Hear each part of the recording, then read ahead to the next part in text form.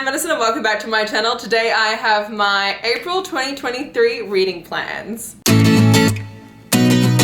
So April this year is when ApollyCon is being held. If you don't know what ApollyCon is, it is like a reader convention where authors, both indie authors and traditionally published authors, go and they have their books there, and you bring your own books and readers go. They get their books signed, they wait in line, they get to meet the authors. There are like events and games and things like that that are held. I went last year for the very first time and I had a blast.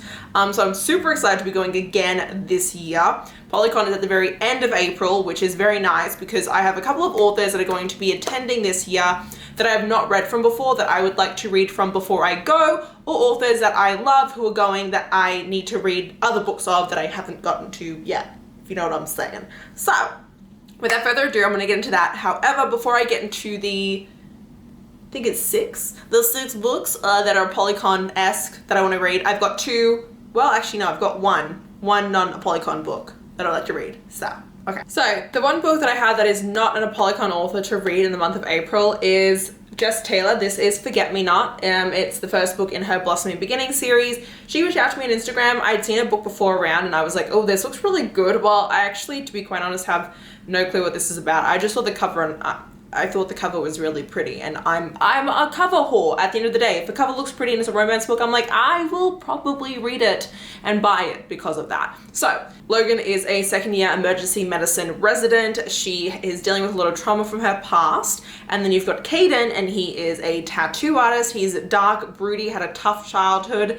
This is their second chance romance. I think they were like online friends and then something happened and like she ghosted him and now they're finally like reconnected all these years later. Very emotional, like I was saying, also very spicy. Basically all I know about this. I wish I knew more, but I don't, so that's all we're getting. Then we have Beauty in the Ashes by Macaulay Smeltzer. Now Macaulay will be at ApollyCon, but I'm not reading this just because she's gonna be there, because this is already signed by her, so like I don't need to get it signed when I go there. It's more of just like, hey, I would like to read this. The second she sent this to me, I wanted to pick it up immediately, but I was in the middle of reading like so many other books that I was like, I'm gonna put this on the backlist, on the back burner, and I'm gonna put it onto my April TBR to read then when I actually have the time for it, because it sounds really good, and Macaulay is really amazing at like giving me books that just like punch me in the gut, and this definitely seems like one of them. So you're following, oh no, how do you say this man's name? I don't know how you say his name. Oh, it's spelled C-A-E-L-A-N. Kaylin? Macaulay, why would you do that and not tell me how to pronounce this man's name? We're gonna call him Kaylin for now. Anyway, what happened was his entire family was murdered. You know, a good hashtag murder is how everything starts. And you know, it really just took his whole life to shit after they were murdered. He was a straight A student, the football quarterback, had so much going for him, and then his family was, you know, and his life, you know. And then you've got Sutton Hale, and she has just moved into the apartment across the hall from him. He's a very broken guy, you know, this takes place many years later. He doesn't do relationship, he does drugs, he does alcohol. He's like a very broken soul, and he doesn't want anything to do with this like mysterious, gorgeous woman who's just moved across the hall from him. But obviously some connections start, some sparks fly, and it's their very like tumultuous romance. I'm here for it. I'm all about like, you know, the tortured kind of hero vibes going on there. I can't wait to see this goes. I know that Macaulay does such great angst in her books, like very emotional, really great angst is like what she's such a queen at. And I just know that this is probably going to be a book that really just, you know, stabs me in the face. You know, we really, love this. Oh, I love this. This is gonna be great. Now to my Polycon authors, I really want to read City of Thorns by C.N. Crawford. This is a book where I think I actually read like the first chapter a little bit ago and was really into it and was like, you know what, this could be a super fun ride. This is a super short book. It is a fantasy romance. I'm pretty sure it's a fantasy. Oh. Might not be, it might be urban paranormal. I don't know, it's one of those two. So you follow this girl, she's celebrating her birthday when a hashtag demon rolls in, kidnaps her, chucks her in a dungeon. And he does this because he has her confused with her doppelganger, and her doppelganger is actually a succubus, and she is very much not a succubus. However, she decides that she wants to help him track down the doppelganger in return for letting her stay in his like whatever his special magical city is, because her mum was murdered and she thinks that she's going to be able to track down her mum's murderer in this like city, apparently. I don't know, I think it sounds really good. I kind of hope that she's got magic.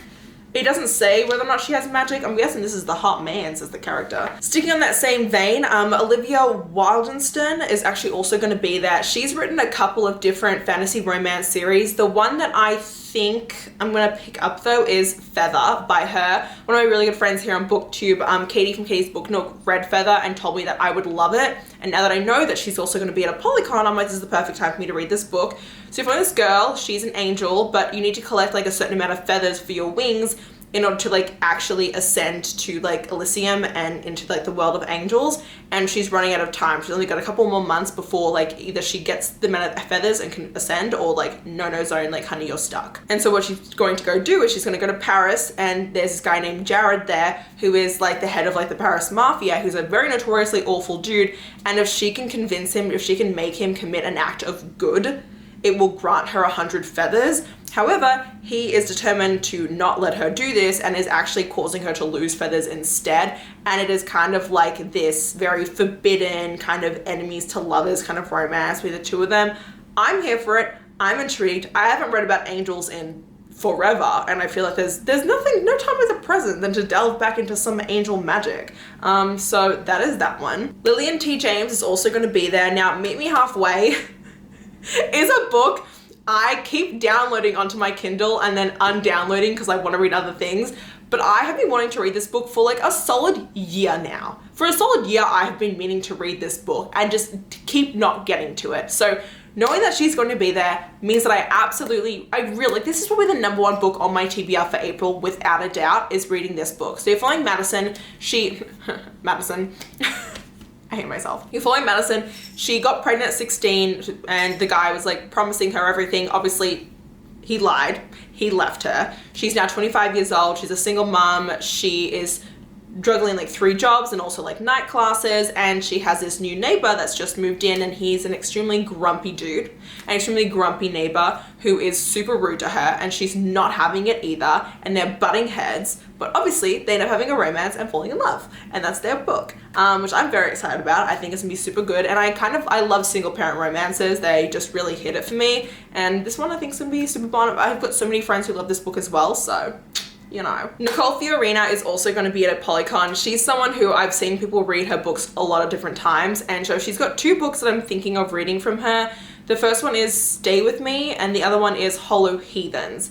Stay With Me is contemporary romance. Hollow Heathens is kind of paranormal thriller romance with suspense. Stay With Me is the one that she's most popularly known for, and that's the series that everyone loves. It's like 3 books.